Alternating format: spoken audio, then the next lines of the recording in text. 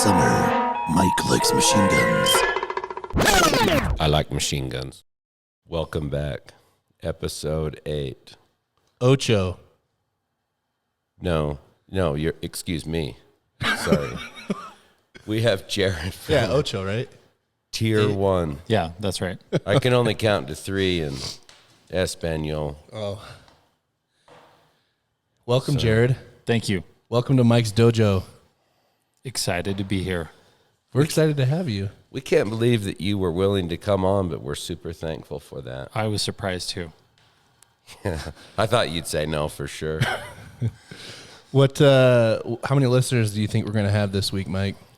Well, I think that we were flirting with 10 going into double digits. But I think we're going to go 15 with Jared, and I wouldn't call you a liar if you said we were going to get to 17. Watch out, Joe Rogan. We're coming for you. Slow, but we're working on it. In all reality, though, we are very grateful for the feedback on all the platforms. iTunes, everything that you guys are doing as far as leaving reviews, the comments, it just adds that wind we need to our sails. Your kindness is appreciated. Yes. We've got a decorated table today. Sponsorship is growing. Wow. If you guys are interested, just hit us up. We've got the Galil Hub.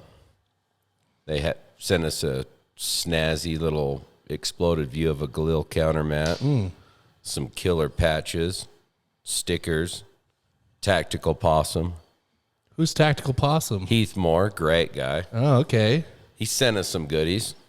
And musket powder is completely up their game.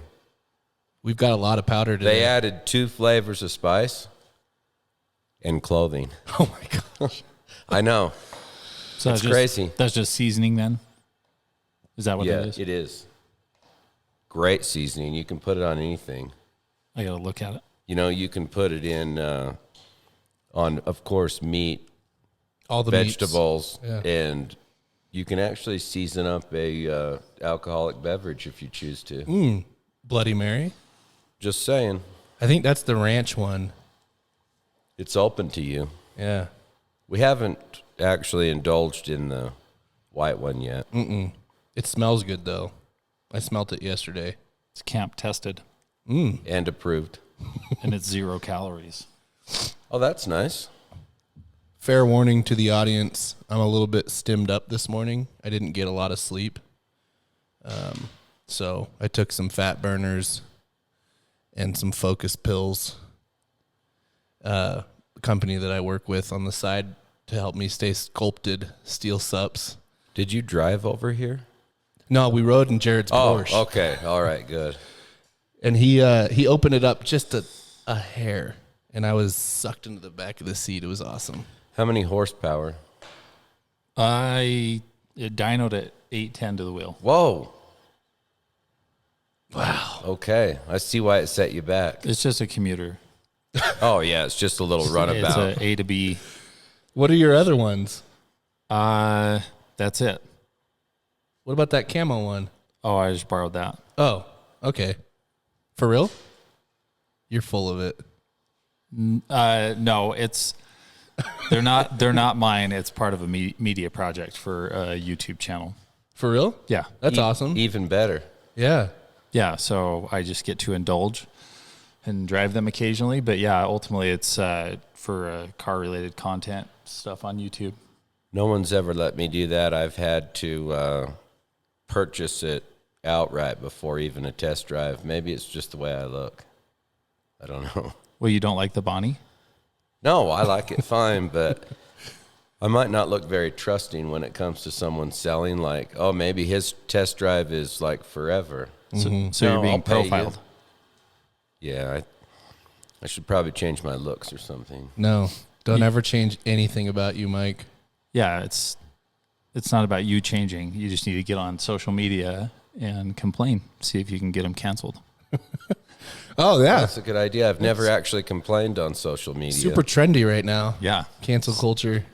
Very hot. I don't even know how to use the report button. You just hit it. And then you type in some foul reason why you're reporting them. You need to create a new profile though.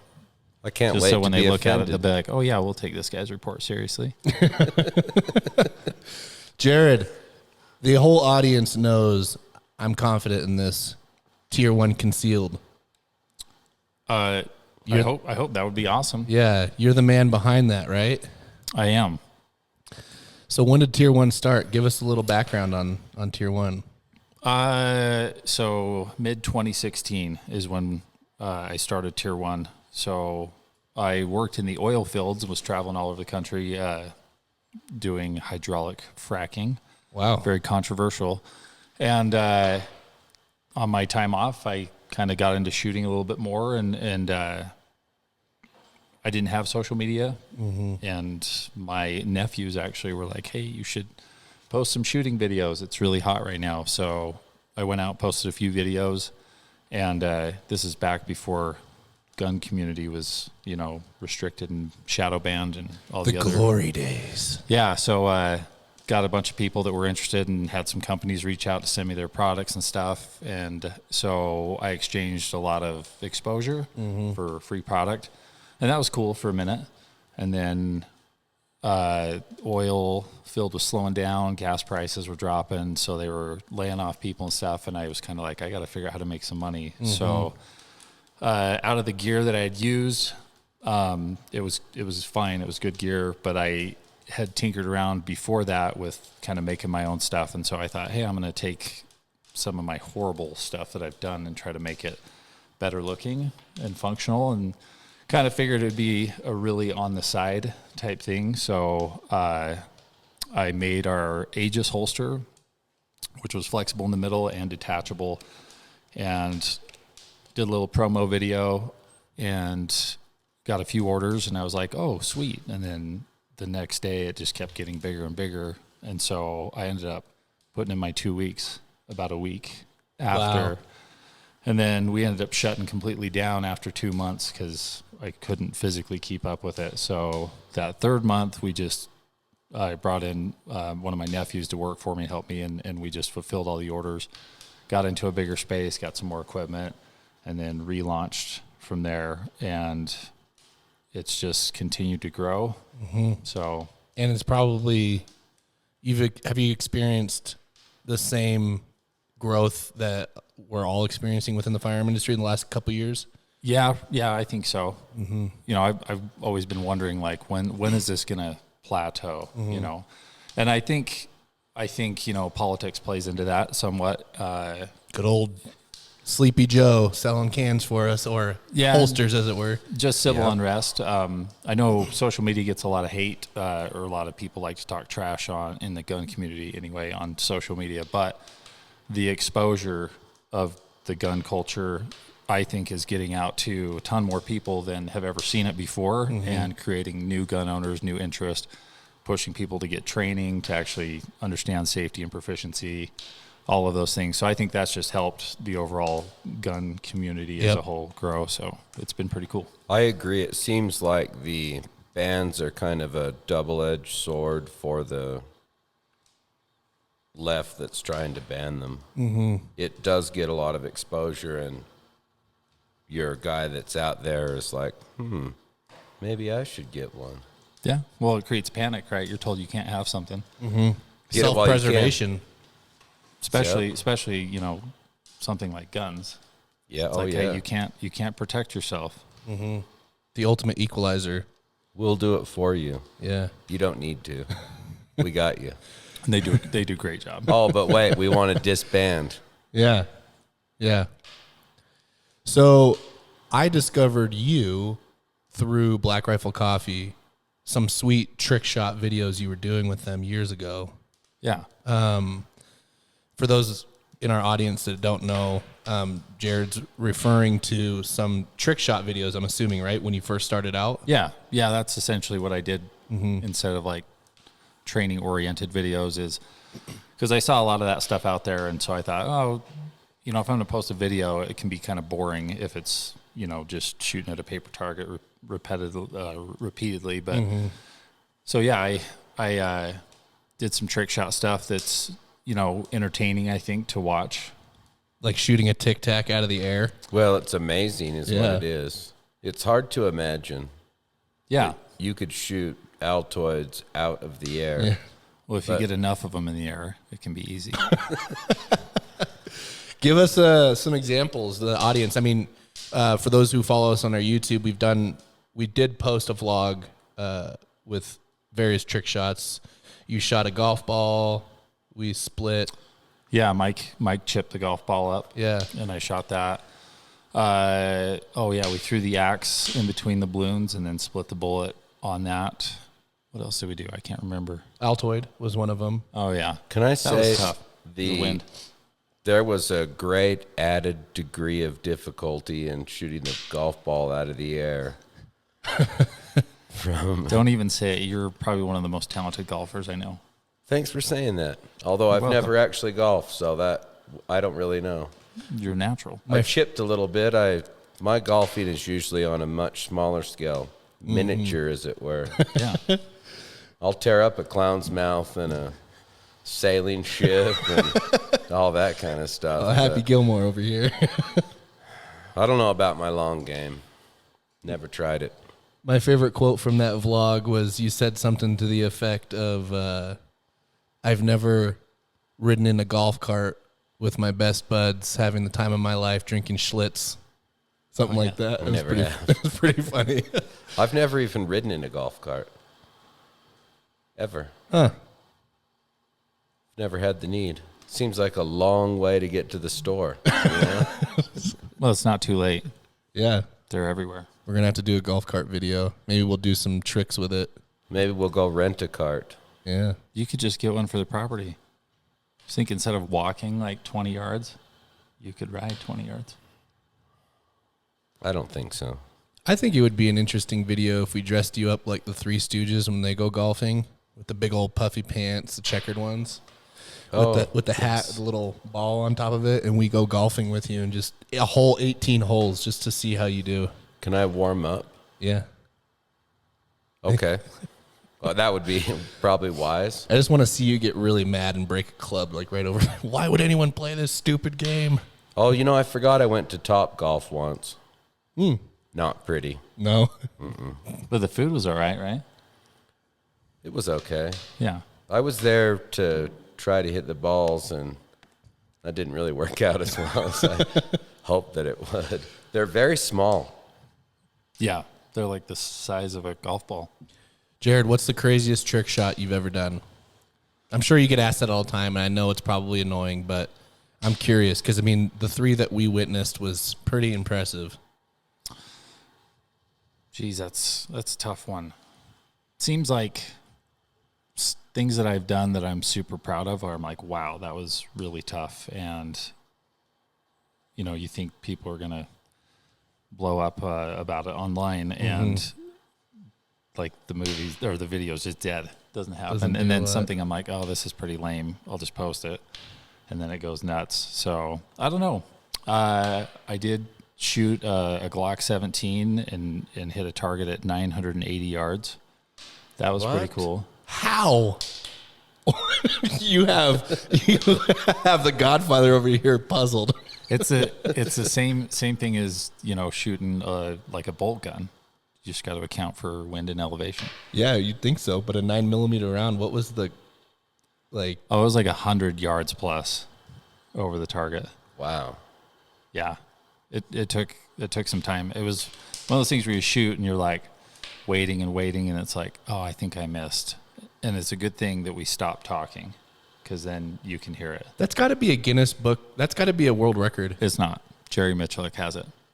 What is his? 1,000. Wow. Are you going to go for it?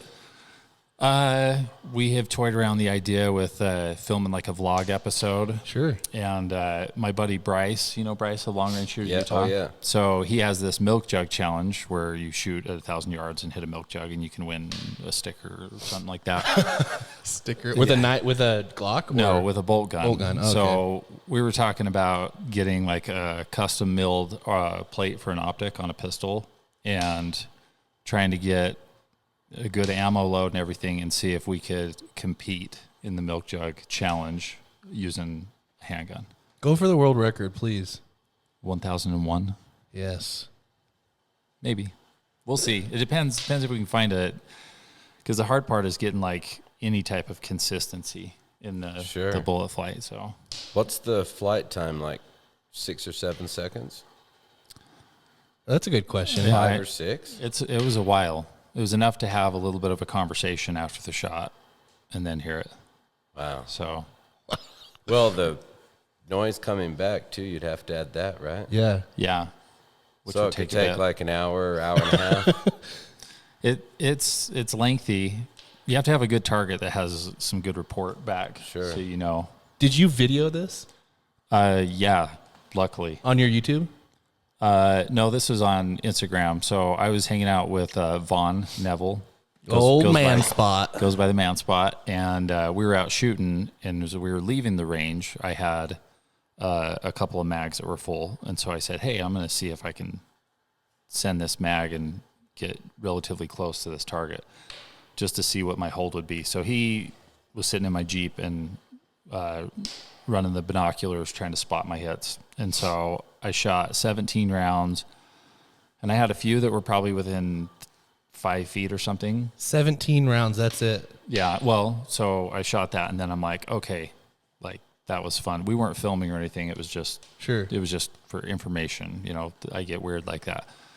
And then he's like, hey, just here's this other mag that you have. He's like, just film this and set up a camera and just try this other mag. So I'm like, okay. So I load up a Glock 17 with this other mag, set up a camera, and then make sure he's spotting. And so then I just kind of like went to that same elevation hold that I'd been doing, and I sent the first round of the new mag, and it hit it. So that was pretty nuts. Wow. And they can find that on your Instagram? Uh-huh. It's buried down there pretty deep. What's your tag? T1CS. Nice. Okay, so that's very impressive. What would you say was another wowing video or attempt, excuse me? That's a tough one. The video we shared where you had it suppressed. I think it was a Sandman on one of your... Oh, yeah. What was that? You shot like a Zippo or a quarter or something like that? Something really small from like a great distance. You were on a beach, Oh, I think. it's like didn't you shoot a soda can at some extreme range? Oh, that's what it was, like Mountain Dew. Probably. Yeah, and you hit it. Yeah, I can't remember. But speaking of suppressed, when we went out and were shooting, I wanted to shoot suppressed because, you know, the internet, and I don't blame the trolls because there is a lot of fake stuff out there. But, you know, people say you're using that bird shot or rat shot. So shooting it suppressed kind of adds validity. Oh, and that's probably the other one that's more popular is I was just thinking of something that would be a cool trick shot to attempt, and I thought about what would it look like if I shot a droplet of water falling through the air. Oh, yeah. And I had no idea what to expect, so we went out and did a horrible job. We had this board, and we just dumped some water, and it would run off, and I'd have to wait till it kind of had a consistent drop or whatever. And when I shot and hit it, it made this little vapor cloud. That's so cool. It was cool because I wasn't sure if it was just going to disappear and there was no visual that you hit it. And Black Rifle Coffee hit me up after that to see if I'd go film. We initially did the first video in Ready Gunner in their indoor range, and it's super dark, and they have this really dark coffee dripping, and they wanted to turn all the lights off to get... I remember that video. Anyway, that was super stressful because I just had this idea, went out and tried it, and I think I got it on my 12th attempt. And, you know, we just use phones, and they're like, hey, cool. Anyway, so then I show up to do this, and I'd only ever done it once before, and I've got like 25 people surrounding me, and the coffee's dripping against just a completely black backdrop, and I'm like, dude, I can't even see. So that was stressful, but I got it done. And then we went out and filmed with a Phantom camera at PMAA range. I think that's closed now. What would you say? What are those, like $30,000 cameras or 60 or more? Yeah, they can get up over 200K. That's right. Okay. So I think the one that we used was that because I think we were trying to film in like 30 or 40,000 frames per second, so you can actually see the bullet, which was cool. you know, because a lot of people are like, oh, if you're within 6 inches, the force field around the bullet's going to vaporize the water or whatever. So, and that's not the case, which you can see that clearly. And the other cool thing is when that bullet hits that drop of water, it actually changed trajectory slightly, which I wouldn't expect. Mythbusters. So if you're trying to be accurate in like a hellacious rainstorm, maybe it's not your fault if you're missing. This may not be as impressive, but I've hit water on pretty much every attempt, but I need a pond. And we all start somewhere. Mike's version of fishing. It's pretty sad. Oh, that's good. Sounds like a good time. That is so wild. I can't wrap my head around the fact that a raindrop can actually change You can trajectory of a round. I think it's been like almost 3 years ago since we filmed that, but I think they have it on their page. I have it somewhere on my Instagram as well. Is it pretty noticeable? The how it changes the trajectory of the round? So it's not like anything crazy, but Right. you definitely can notice it because that's a lot of the first comments that were on there was like, holy crap, that bullet like glanced off that drop and kind of went upward. I wonder what other rounds would look like. Maybe an similar. interesting experiment. Excuse me. Next time I shoot, and of course I'll miss, but I'm going to say that I think I hit a droplet of water in the air. It's very, very possible. And I can prove that's why it missed. It So- changed the trajectory. You had to have been in, like, you don't just one day pick up a gun and start shooting trick shots. What, if you grown up around firearms? Like, when did you start experimenting? Were you just bored at the range as a kid growing up? Like, So I grew up kind of in an open area, a lot of fields and farm stuff around. And I would say I come from a pretty traditional home where there was guns, more old school guns, lever actions, nothing modern. And, you know, we'd break them out once or twice a year and go plink at soda pop cans, stuff like that. So only once or twice? yeah, but that's like the real guns. Gotcha. So, but I always had pellet guns.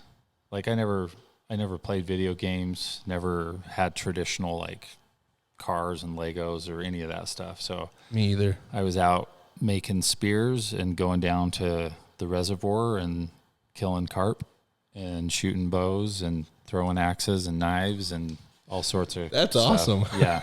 That is awesome. Yeah. Yeah, I was out in our garage with a grinding wheel, and I'd take things that I'm not supposed to and modify them into some sort of weaponry. So I did spend a lot of time, and that's where I got my first idea. Is I would shoot, I'd shoot everything with my pellet gun. I'd be shooting the little crab apples off the tree and stuff, and then those big old fuzzy bumblebees. And I was just a kid, so if you're Calm offended down, by audience. this is I've repented from killing those bees, but they would fly around real slow, and so I'd try and see if I could smoke one out of the air and stuff. That's hilarious. And then I watched an old Western with Jimmy Stewart called Winchester 73, and it's this competition to win this new Winchester rifle. And one of the final things, because he's kind of dueling it out with this guy in exhibition shooting, and they throw up these silver dollars and shoot them out of the air. And I was like, holy cow, that's awesome. So I went, got a change out of my dad's change drawer and went out and tried it. With a BB gun or? Yeah. 760 Pump Master. How old were you? I was probably 10. But I went out and just kept trying. And then I noticed like I had to figure out how to throw the penny correctly, because if it turns, sideways, then you almost couldn't see it and stuff. So, and then I remember the first time I made contact with it, and it just made this like way up into the sky, and I was like, oh my gosh, this is the coolest thing. That's how you fall in love. So yeah, just kept doing. I was actually a much better shooter as a kid with that pellet gun than anything I've done today. Oh, I bet. So, well, if it makes you feel any better, I killed a lot of birds. And not just with BB guns. I had access to 22s, probably at too young of an age. yeah. Yeah, I think we all did. Yeah. We had one of those old wood gun cabinets The ammo was secure, so my dad did a good job at that. But I would unscrew the hinges and everything and take off the doors, and I'd just be messing around with the guns and stuff. So I got in a lot of trouble as a kid with the game warden, mainly because just neighbors complaining. We hear rifles going off on our street. Yeah. Were you like in a city? Pretty rural area. Oh, okay. Yeah, out in Vermont. So it wasn't too crazy. No, not too crazy. Just the neighboring farm. I mean, where we lived, it was kind of in a valley, and so any shot that rang off definitely was noticeable. Yeah. I used to shoot a lot. Should have had a suppressor. I know. In Heber, in a house we lived in, but it was really out in the middle of nowhere, and no one ever cared. So that was nice. Yes. No game wardens. That's how it was for me. We could go shoot 22s up on our hill and trap shooting and stuff, and nobody cared. Mm-hmm.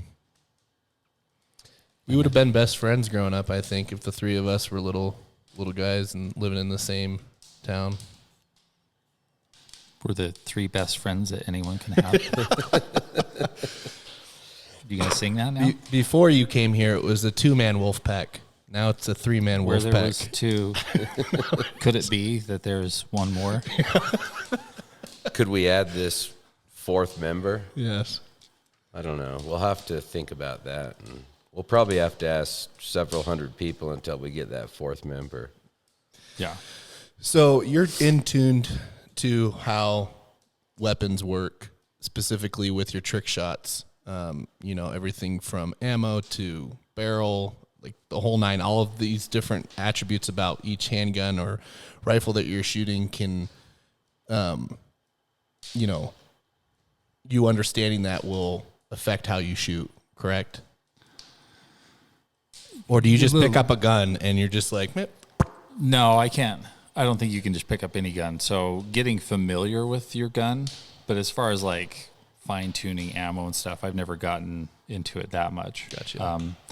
I don't reload. I don't do any of that. I just want to buy what's available and go shoot. So yeah, there is truth to understanding that gun that you're shooting and learning that trigger and your sights and getting everything tuned in that way.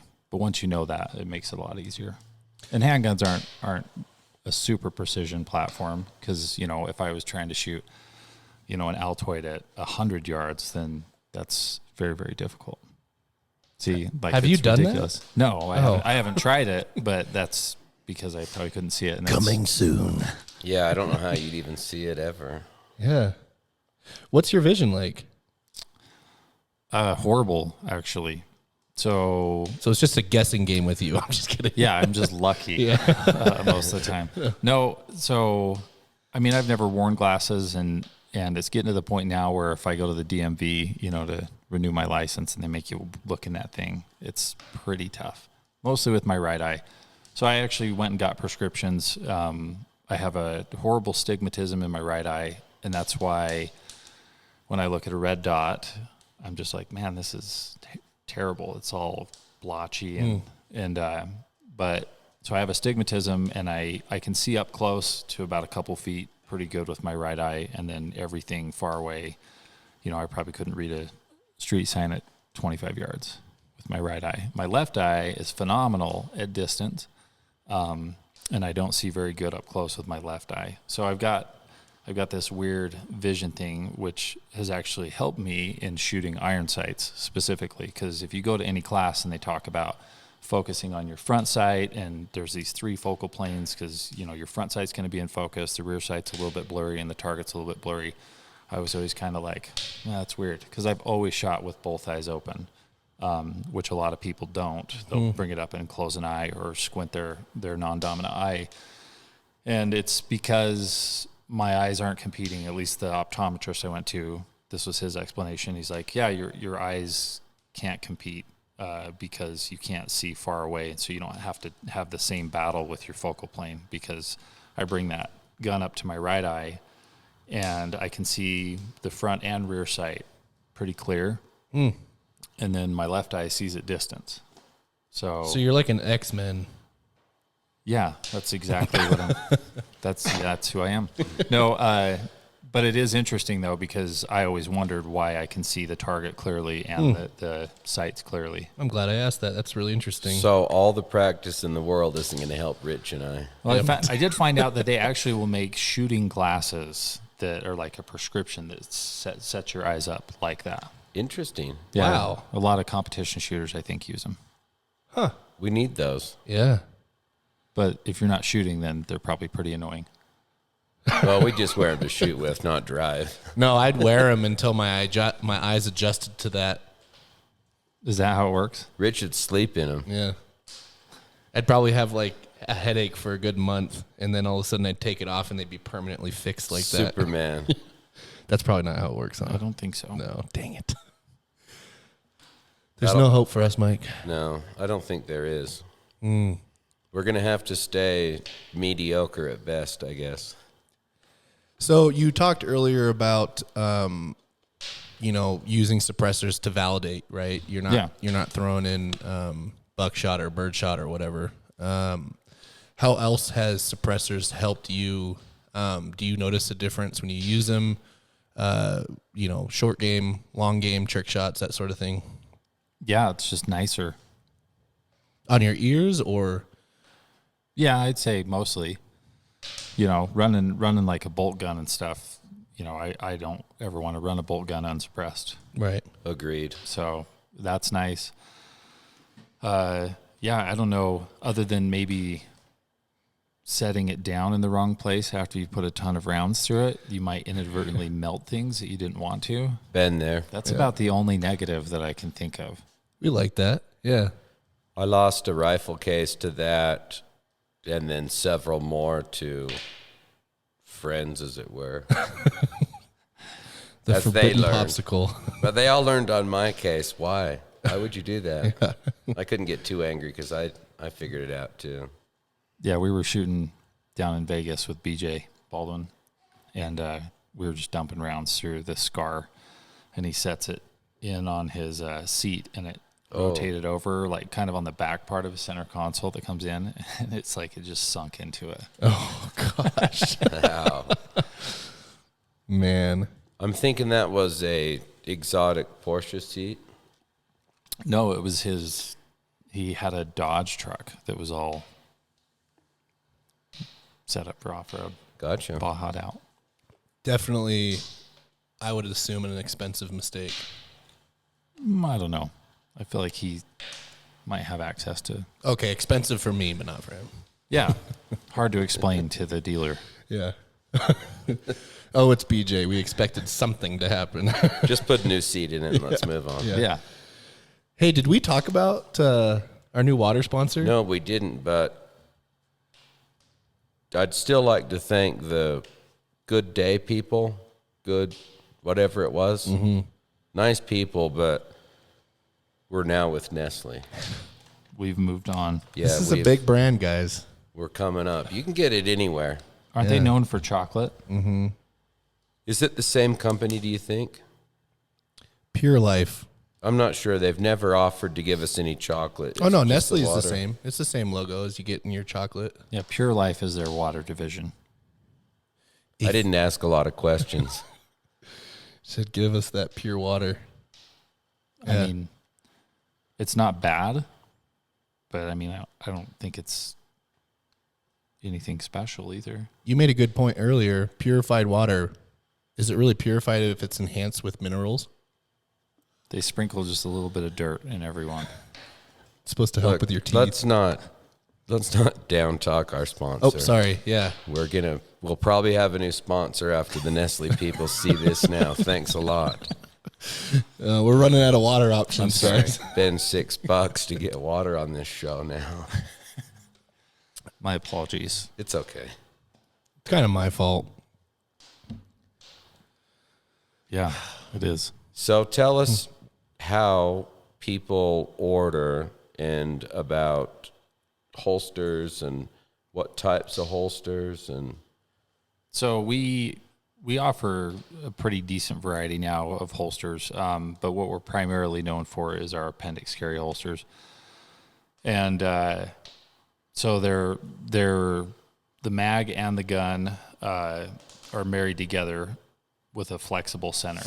So it allows the holster to conform to your body type better than, like, say, a solid piece. Can we throw a picture on the screen right here? Boop. I actually have one on me.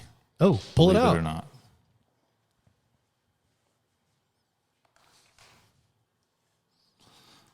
So this is a Glock 48, but you have the mag married to the gun, and then it's flexible. So the claw system over here lines up with your belt clips, and that pulls the butt of the gun, which typically is what prints the most, into your body, and then keeps that belt line out away, so like your shirt will drape over. Cause that's what this thing is. Yeah, right here. Gotcha. Nice. So, and then the magazine also has a pressure point here to drive that in. So it's trying to push both things that would typically print in closer to your body.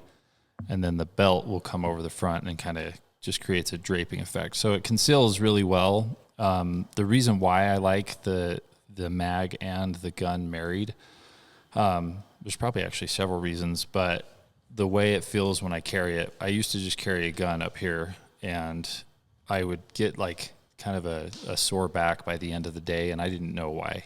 I didn't think that was anything big. But then when I put this on, it distributes the weight evenly up front, and I haven't had any back issues since then, and it feels more like a fanny pack when you're wearing it. And so if you're sitting down, you can just move your belt line up when you're sitting down, so it's not sitting like in the crease. Especially for the guys with the nice little belly. Yeah, so it's not putting tons of pressure into your stomach. It's more sitting up front like a fanny pack would. Mm-hmm.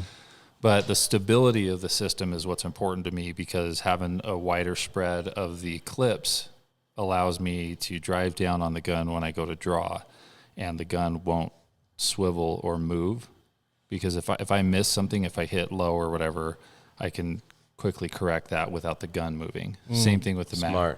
If I go to index the mag for a reload and I hit down on it hard to get it, if that moves around, then I'm going to sit here trying to fish for it or whatever. So it's really efficient, stable. The logo on there is a nice touch, the T1. Yeah. cool. We were You also mold all of those off of actual firearms? No. So we use actual firearms. So we scan them and then put them into SolidWorks and CAD up molds that we CNC cut. But every holster is fitted with the actual firearm that it's meant for. So we don't use fake guns or blue guns or anything to do fitment. We use the actual gun. I think that's classy. Mm-hmm. You know it's going to fit. It's the best way to get the best representation. And now with everyone modifying guns, like there's still some where, people got a half-inch thick Cerakote job or something like that changes the dimensions. And so we have adjustability. You can loosen retention, you can tighten retention. So we try to give as much control over that. This particular holster doesn't have it, but when I launched this product or whatever, didn't really realize how popular it was going to be.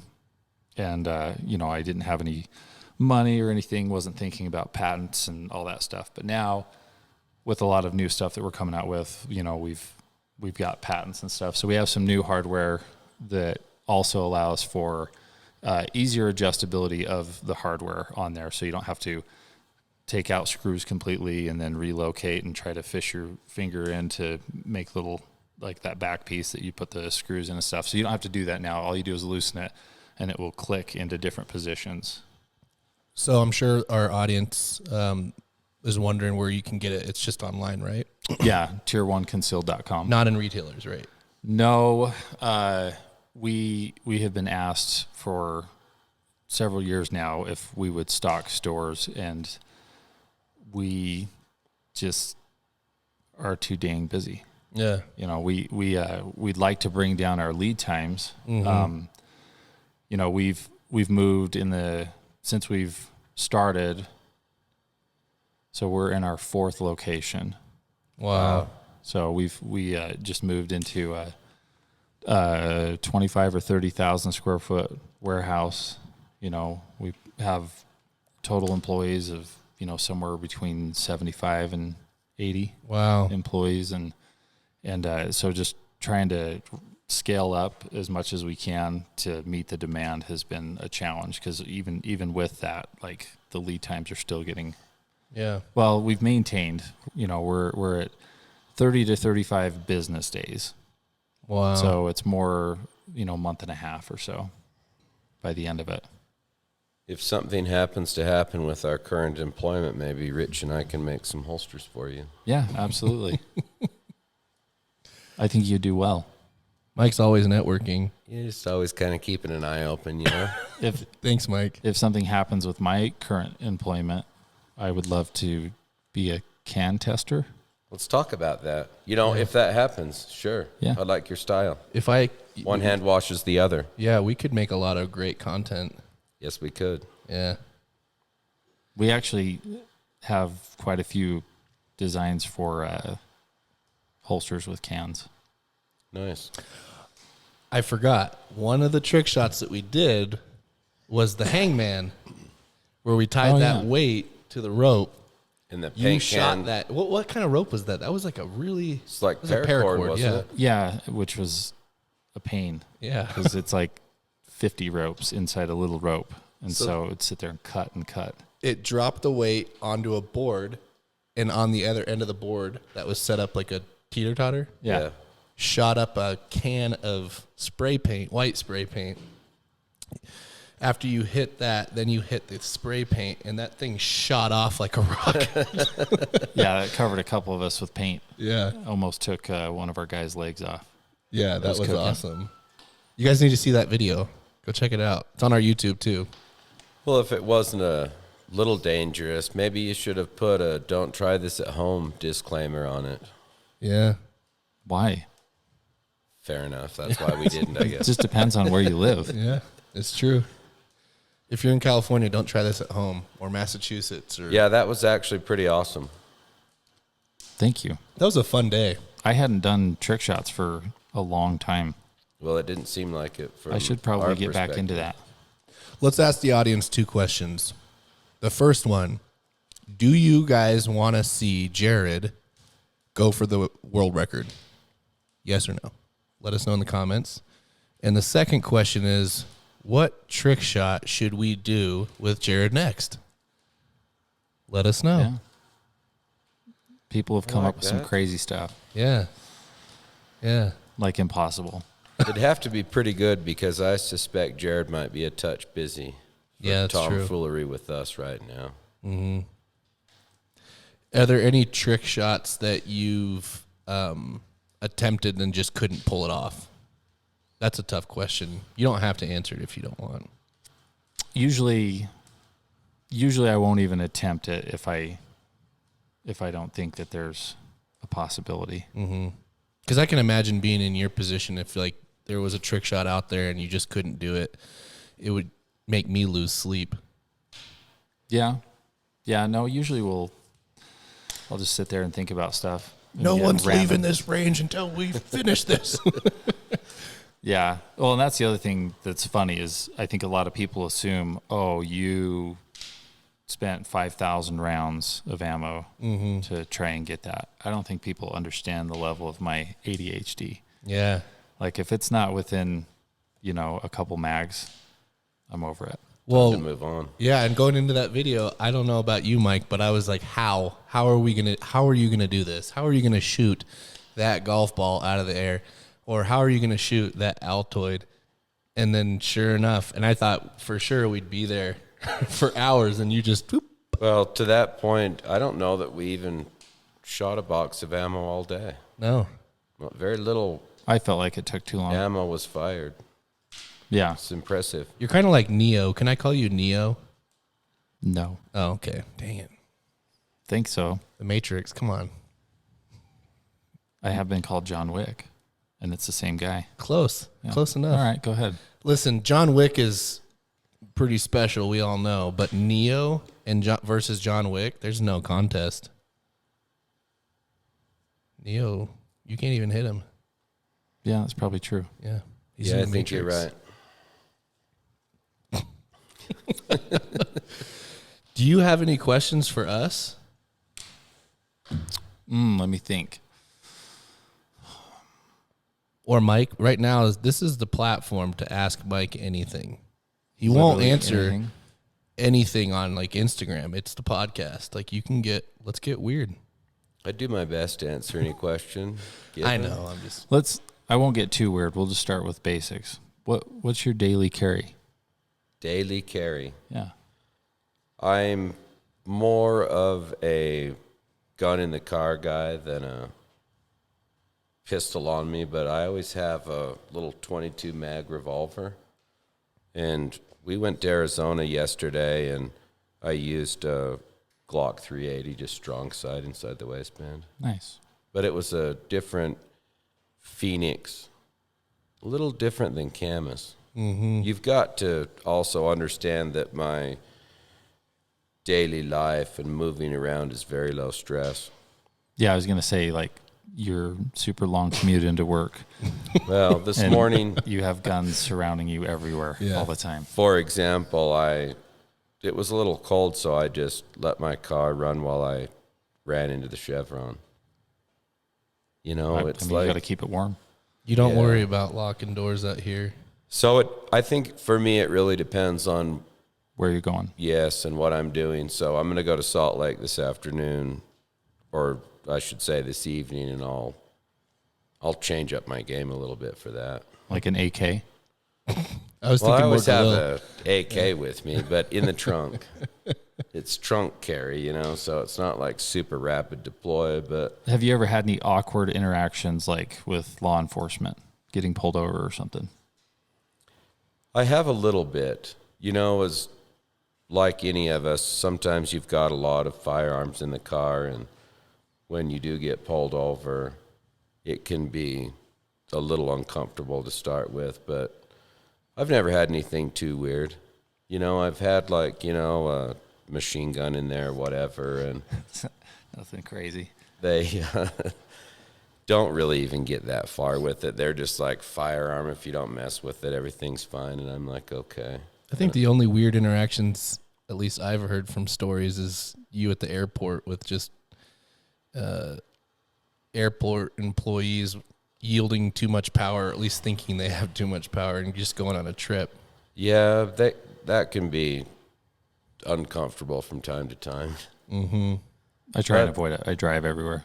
Yeah, I wish I could. We just don't have the time.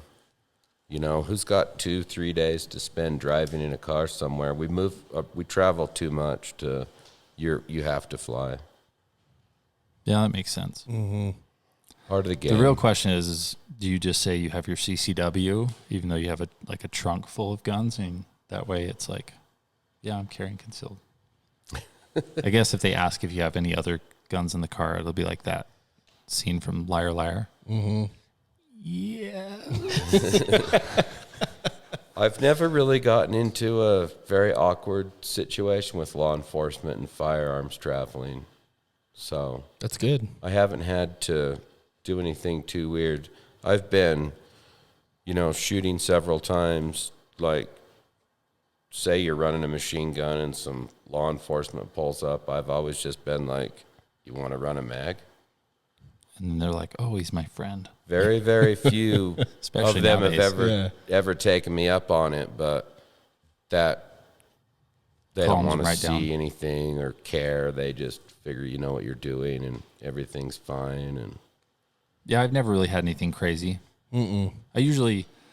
It's interesting. I hosted a buddy of mine who teaches concealed carry classes, and you know, typically people are like, hey, if you get pulled over, give them your license and your permit and let them know, and you'll have this magical possibility of not getting in trouble because you have a concealed permit. But he said that, at least in Utah, that if you admit to carrying, that you've given permission to search your vehicle.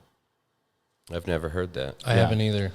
Yeah, so like, because like I've always done it before then. Anyway, he went over like the law and articulated it much better on how you are giving them consent at that point. So you shouldn't do that. Interesting. But yeah, I've always shown it, except for one time. I guess I just had my daytime running lights on. Didn't realize it because, you know, it's nighttime and I can see. So I got pulled over because my tail lights weren't on, and I totally spaced it for whatever reason, and I just gave my license, and he came back, and he's like, "Are you carrying a gun?" And I'm like, "Oh, yeah, I forgot to tell you." And he's like, "You should let us know that." That's about it. Well, I guess it goes either way, and I've never tried to, be curt with them. I'm here to comply. You do your thing and let me go. I was only involved in one hairy scenario. I did break the law turning right on red that I wasn't supposed to. I was on a motorcycle, and it was snowing, so I was trying to get home, and there was an unmarked cop car, at the stoplight, and so I just pulled up to the right of him in the same lane. Not a good move, but it wasn't like a crazy infraction, and so turned right, and then lights go up. It's freezing. Snow's coming down. I'm in Idaho on my Ducati, and I was carrying in the back, and I like to do that on my bike.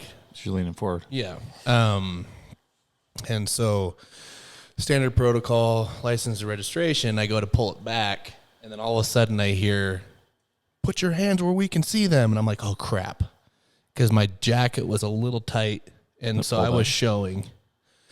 And I was like, shoot. So I put my hands up, and they came up, and I was like, listen, I have a concealed carry permit. Feel free to take it out if you want. If you're comfortable, I won't even touch it. And they pulled it out, and everything was good after that. But that one moment, I was like, yeah, this is how it starts. This is how you get shot. That's all it takes. Mm-hmm. Yeah. The old itchy trigger finger. Yeah. Since we're talking about cop stuff, how many speeding tickets have you had? I've probably had, 10 maybe. What about you? A lot. Oh. Yeah. I got We didn't want to talk 5 about- from the same state patrolman. And this is just, Idaho's a little ridiculous. You go 5 over on the freeway, you're getting pulled over and getting a ticket. And then moving from Phoenix to Idaho, it's kind of an adjustment because everyone speeds, everyone runs red lights. Like, Yeah, they do. yeah, I've been down there a lot this year. It's and crazy. It's like I'm going 20 over, and people are passing me like I'm impeding traffic. Yep. That's interesting. I got to know the state patrolman pretty well. The same guy. He changed his position on the freeway, and now I knew after that happened. 5 tickets in 1 year. Wow. It wasn't good. That is bad. It's like the only claim to fame that I have is I don't know what it's like to get a speeding ticket. Really? I've never, ever had one. Classy. I almost got one in Idaho, actually. Yeah. I was with a buddy. We were having a conversation, and I hit a construction zone, and they dropped the speed limit, and I had my crew set. And so I get pulled over, and I'm like, oh, here it is. I'm finally going to get a speeding ticket. And he comes up, "Yep, you're speeding." And I'm like, "Yep, I was." Like, do your thing, I'm not going to argue. And then as he turns to leave, I remembered that my registration was also expired. So I said, "Oh, hey, my registration's expired too, so you might as well throw that on there." So he goes back to his car, comes back, and he's like, "Hey, I'm just going to give you a citation for your registration since you're being cool and honest about stuff." Wow. And so I was like, awesome. So I avoided that speeding ticket. Look at you. That's cool. I think I got the bulk of mine when I was younger as a, 30s and on. I maybe one every 10 years, something like that. Mm-hmm. It happens. Yeah. I've settled down quite a bit. This Yeah. pace up here, it's a lot different. Definitely don't speed in Idaho. Yeah. Noted. Yeah. My wife was really pissed at me that year because it was like early on in our marriage. I wasn't making a ton of money yet. So it definitely hurt the bank account.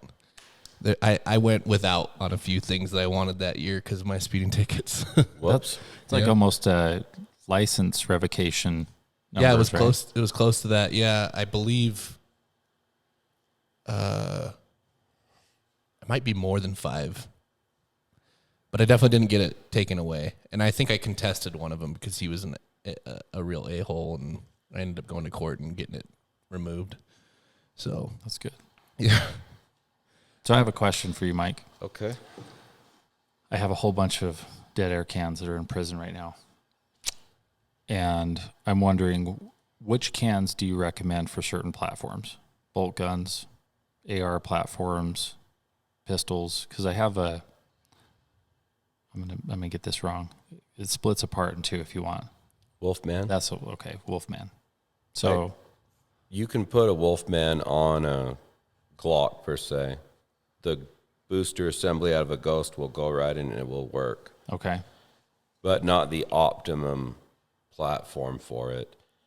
It's more of a PCC or subgun can Okay. through design, but it can also shoot some smaller rifle calibers, 5.56 or Out of that can? absolutely. Oh, I didn't know that. That's 300 black, super and sub, and it can do a little bit of work for you there, but really it's gonna shine its brightest little light on 9mm. cool. Yeah, so I have it on an MP5, Yes, and I stole that 3-lug good place for mount it. from you.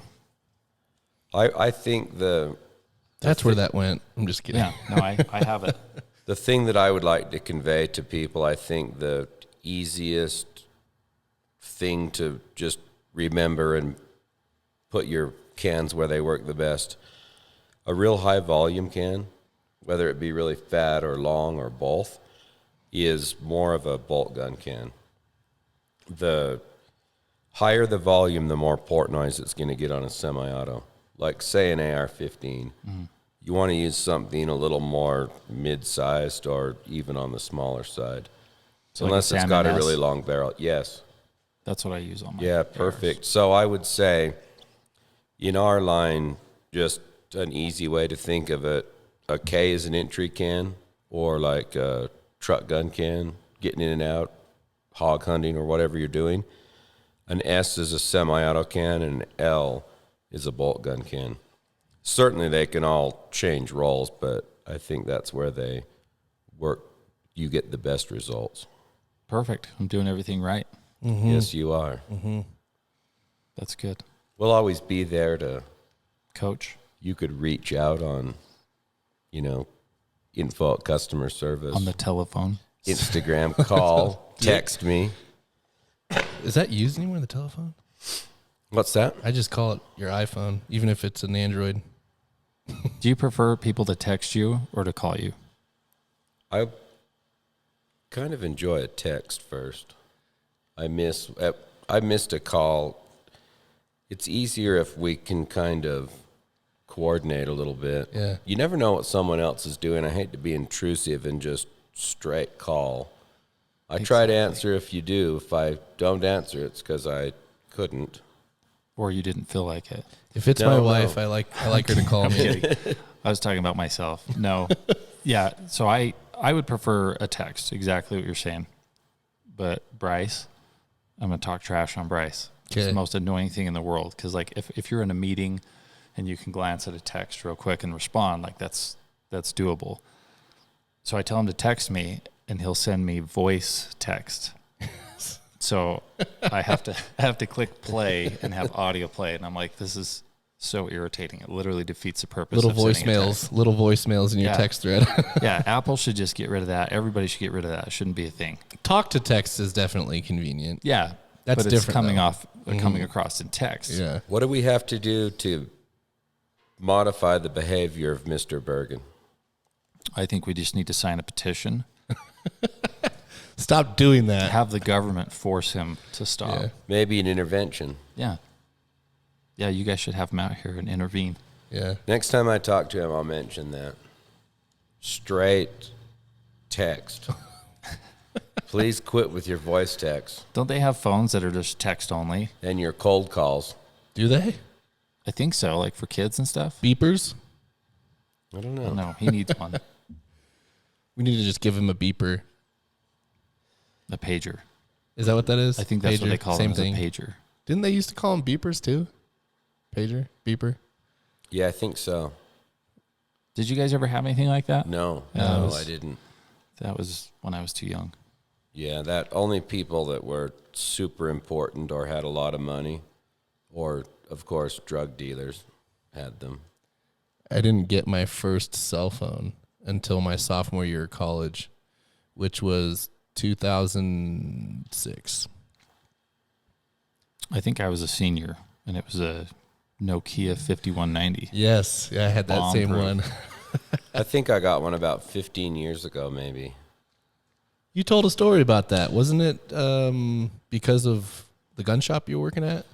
It was, yes. Was that at Get Some? It was, yes. Stuart made me get a phone. You hated that too. I really didn't like the electronic leash idea, but it's okay. I've gotten over that. I was of the same mindset. The only way my parents or anyone important in my life that wanted to get a hold of me through phone was in my dorm room, and I loved that. I never got into the AIM, messaging, and it was until I had a girlfriend, and she hated it. She was like, "You need a phone," and I was like, "You want to keep track of me? That's why." So I got a phone. Well, I had an answering machine. Yeah. You could leave a message. Kids these days will never know what that feels like, I feel like. You don't have voicemail on your phone? No, just flashing. Just not being that available. Because it's hard to remember, but I can still remember what it was like to just go throughout my entire day and completely avoid anyone that I didn't want to talk to because I didn't have a phone. Yeah. Freedom, baby. And nowadays, I'm sure you guys have this where it gets overwhelming to keep up with. Like you would just be on your Speaking phone of. all Yes, day. it does. I feel bad. I catch a lot of crap so I'm just going to check real quick. So I have 670 unanswered text messages. Good And Lord. 505 voicemails. So I'm super honored when you respond to my text. Okay. Sometimes it's a matter of timing, right? So it's like if I'm out of cell service or shooting or something, and then I get 25 text messages, just because I'm lazy, I just go to the top one and start responding. You'll get halfway through that, and then they'll respond back, and then you'll get more. And whoever was down here, like if they're not going to text you again, even like the question mark thing, like, "Hey, I'm annoyed you're not answering," you stay at the bottom of the list. That's fame right there. Wow, there's 600 people at the bottom of the list. No, there's some that are on top. I just haven't opened it yet. Gotcha. That would give me a tremendous level of anxiety. The only time I don't respond to text right now, and it's just because I'm nowhere near as popular as you, but is when Maybe you're not as lazy.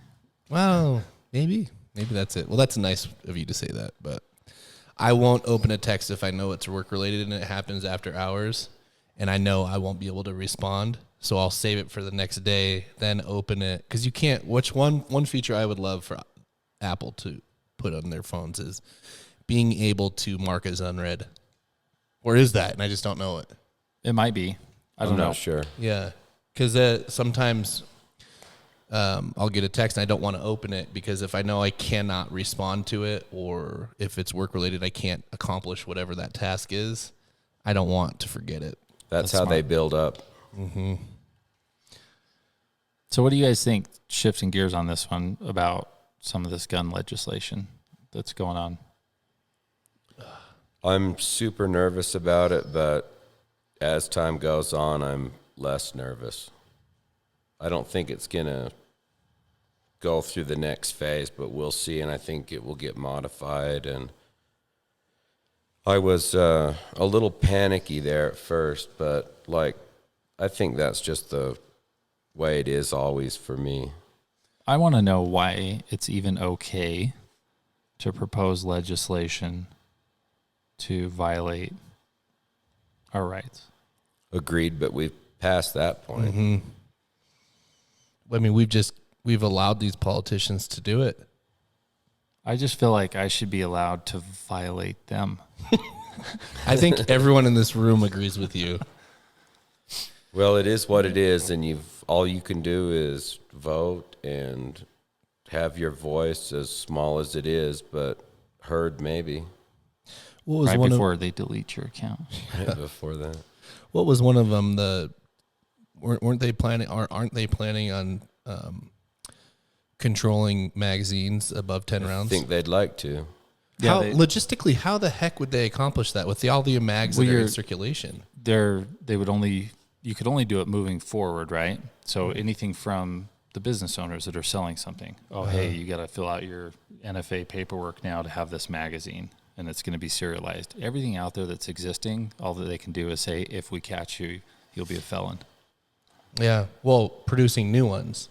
Yeah, so you'd have to serialize So, them. like the giant box of mags that I have in my garage right now. Where's that at? Good luck. Actually, you have a good shot. So. Well, I haven't heard a real plan for deploying that little strategy. Mm-hmm. So I think that's when you said there's going to be some adjustments and things that aren't going to get fully pushed through. Just logistically, I'm trying to wrap my head around it. I just don't think that that's going to be a part of it.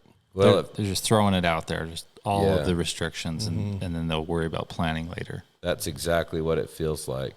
And maybe they'll come to realize that even if everyone wanted to do what they wanted to do, there's still no way to actually do it. That's kind of what I think. Yeah. It gives me anxiety. And I had a repairman in my house a few days ago doing some plumbing. And I don't know how we got on the topic, but it was about this. And he was super left-wing. Oh, really? He was super anti-gun. And we got into it for a good 20 minutes. And then finally it was like, let's just agree to disagree before I take you out of my house. And I was like, you're in a room full. There's a lot of firepower in this house right now.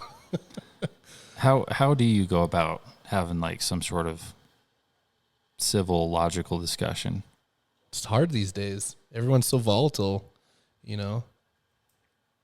Sometimes we live in, well, this is my opinion, we live in this society that is so amazing, right? Like you're even rewarded for sitting on your couch doing nothing, essentially. You know, back in the day, it's like, oh, hey, you didn't go plant your field, winter's coming, you're dead. Yeah.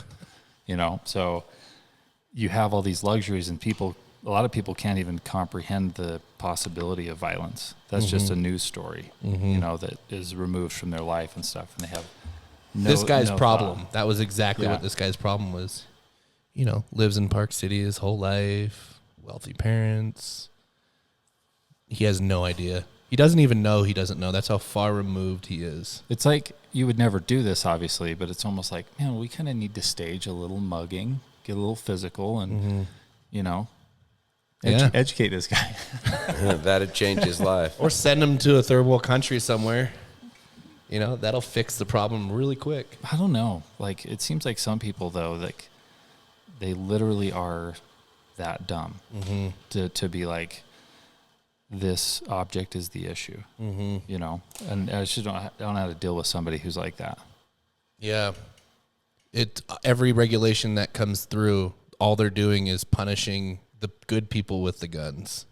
Yeah, but they don't see it like that. No. And that's what's ridiculous. And there's so many arguments that they're for, and they use that same logic to support, you know, their argument. I won't get into the one I'm talking about, but you know, well, if you ban it, then a whole bunch of illegal things of this nature are going to be going on, and people will die because of that. And it's like, oh, you're kidding. Anyway, fun thoughts. Well, Yeah. we'll hope it doesn't happen. Like the last several times, really nothing has come of it. Obama never really pushed much through. Sometimes I feel like that side of the party, as long as they're going through the motions of it, they feel like they're accomplishing what they've promised, knowing full well that it's Not going to happen. fail. Yeah. But at least they tried. It's and they all get a trophy. Yeah. Virtue signaling to their constituents. Yeah. Let's just hope it's still on that path. Well, we'll see. You know, again, I'd just like to say thanks again for taking the time to come up and hang out with us a little bit. Yeah, thanks for having me. We appreciate that you make the time. I know it's hard. And we're 3-4 hours away. No. You're. Oh, sorry. It's an hour for a regular car, but it's 10 minutes for you. Hey, Yes. I've never had a speeding ticket. No, it's like an hour and 40 minutes. Is it really? Yeah, because I go the back way on 84 and then The take scenic 80. route? That's Yeah. actually a nice drive, though. It is super pretty and pretty low traffic. Yeah. I go that way when I go to Ogden myself. Nice. Yeah. Yeah. Is that back way where all the farmland is? Is that what you're talking about through that pass over here? Yeah, like you'll go up through Colville and Hennifer and then cut up through Morgan. Okay. Yeah, I Down the took that canyon. ride. Yeah, Yeah. on my Harley. It's nice. The locals didn't appreciate it, but I loved the No, view. I'm sure they didn't. It's pretty. Yeah. Yeah. Okay, so Jared, tier1concealed.com, Yes. tier 1 concealed on Instagram is the main page. Tier 1 Concealed is our business page. T1CS is my personal page. And YouTube as well as tier 1 concealed. yeah, we Yeah. have been really slow to start YouTube. Yeah. But we actually we're trying to give the people what they want. Yeah. I don't want to be an instructor.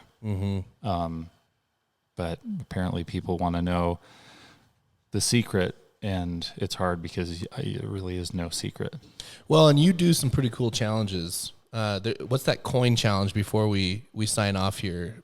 Tell the audience that one. Yeah, so the hotness going around online was people that have a drill that is a challenge, and you can win a patch or a prize or something. So I came up with a drill called the 3/7 drill.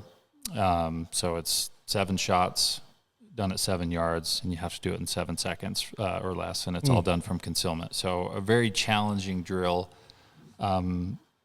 Because, like the trick shots, accuracy is key. I'm all about going as fast as you possibly can, but if you're not hitting anything, you know.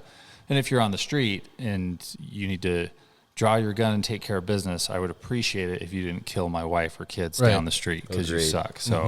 So it prioritizes accuracy and consistency.